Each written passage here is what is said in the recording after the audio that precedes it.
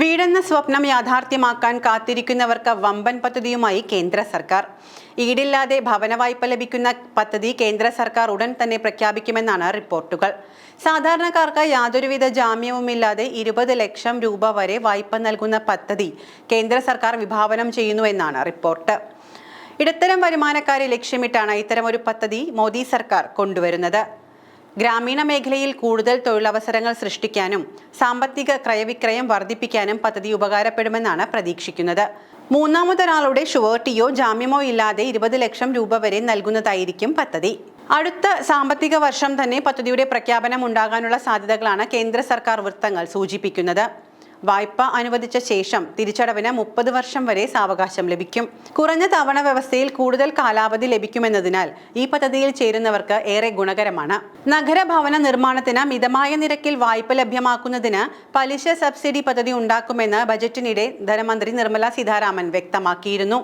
വായ്പാ തുകയുടെ 70% വരെ ലോ ഇൻകം ഹൗസിംഗിനായുള്ള ക്രെഡിറ്റ് റിസ്ക് ഗ്യാരണ്ടി ഫണ്ട് സ്കീമിന് കീഴിൽ ഗ്യാരണ്ടി നൽകും.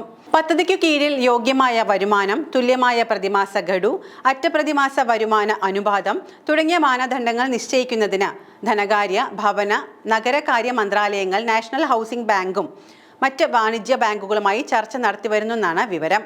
ചർച്ചയിൽ ധാരണയാകുന്ന മുറയ്ക്ക് പദ്ധതിയും നടപ്പിലാകും. പ്രധാനമന്ത്രി ആവാസ് യോജന 2.0 എന്നൊരു പദ്ധതിയും കേന്ദ്രത്തിൻ്റെതായി ഇപ്പോൾ നിലവിലുണ്ട്. PMAYU പദ്ധതിയിൽ ഉൾപ്പെടുത്തി 1 കോടി ഭവനങ്ങളുടെ നിർമ്മാണത്തിന് സാമ്പത്തിക സഹായം നൽകും. വീട് വാങ്ങുന്നതിനോടൊപ്പം വാടക കൊടുക്കുന്നതിനും ഈ പദ്ധതിയിൽ തുക വിലയിരുത്തിയിട്ടുണ്ട്. നഗരങ്ങളിലെ മധ്യവർഗ കുടുംബങ്ങളെ ലക്ഷ്യം വെച്ചാണ് ഈ പദ്ധതി. 5 വർഷത്തേക്ക് 10 ലക്ഷം കോടി രൂപയാണ് ഭവന നിർമ്മാണ പദ്ധതിക്കായി മാറ്റിവെച്ചിരിക്കുന്നത്. 2.30 ലക്ഷം കോടി രൂപ ഈ പദ്ധതിയിലൂടെ സബ്സിഡിയായി നൽകും. ഹോം ലോണുകൾ വിവിധ ധനകാര്യ സ്ഥാപനങ്ങൾ നൽകുന്നുണ്ടെങ്കിലും ഇതിനെല്ലാം വലിയ പലിശയാണ്. ഇത്തരം വായ്പകൾ വലിയ ബാധ്യതയിലേക്ക് കുടുംബങ്ങളെ നയിക്കുകയും ചെയ്യുന്നുണ്ട്. ഈ പ്രശ്നത്തിന് പരിഹാരം കണ്ടെത്താൻ കേന്ദ്ര സർക്കാർ പുതിയ പദ്ധതി ആവിഷ്കരിക്കുന്നതായാണ് റിപ്പോർട്ടുകൾ പറയുന്നത്. വീട് വയ്ക്കാൻ ആഗ്രഹിക്കുന്നവരെ അലട്ടുന്ന സാമ്പത്തിക പ്രശ്നങ്ങൾക്ക് പരിഹാരം കണ്ടെത്താനും സമ്മർദ്ദരഹിതമായ അന്തരീക്ഷത്തിലൂടെ യുവാക്കളുടെ ഊർജ്ജസ്വലത വർദ്ധിപ്പിക്കാനുമാണ് ഇതിലൂടെ സർക്കാർ ലക്ഷ്യമിടുന്നത്.